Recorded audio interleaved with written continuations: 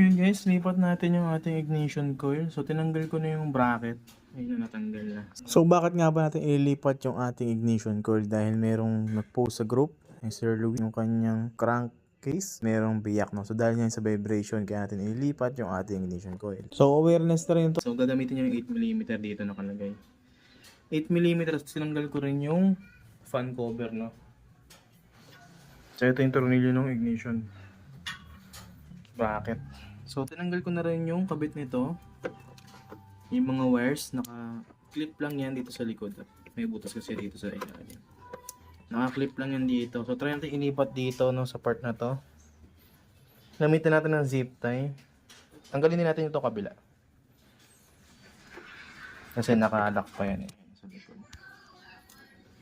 Dididiin lang natin yan para matanggal yung bundle ng wire na yan, no?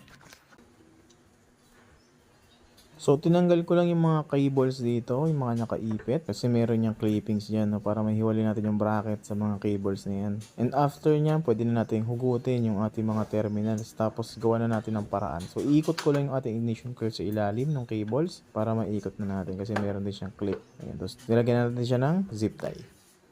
Dito na lang sa taas, no?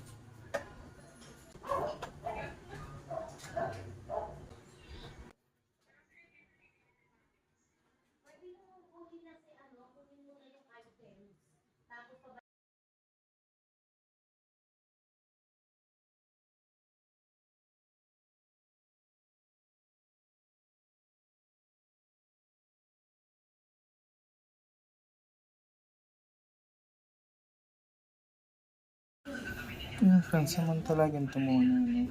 Medyo nabatak to. Pero okay na yan.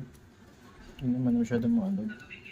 So, hanapan natin ito ng mas permanent na way or solution para mas maganda tignan at mas maayos, no?